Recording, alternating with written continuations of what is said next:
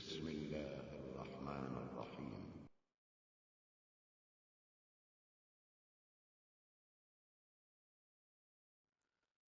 О мусулмандар, кедейлер силердин мойнуңарда аманат.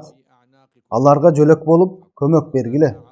Алла силерге тартуулап берген байлыктан кем багалдарды тоспогула.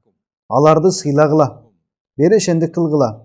Билесиңерби, колунда жоктордун арасында уялгандыктан улам адамдардан эч нерсе талап кылбаган себептүү сыртынан байдай көрүнгөн бир топ бар.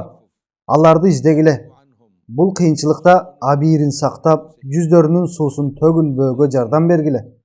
Зекет берүүгө шашылгыла.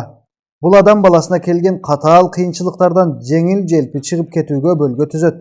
Жараткан жалпыбызга жар болсун. من هذه الأزمة الإنسانية كل عام وأنتم بخير وسلام على المرسلين والحمد لله رب العالمين والسلام عليكم ورحمة الله وبركاته. شيخ الأزهر أحمد الطيب.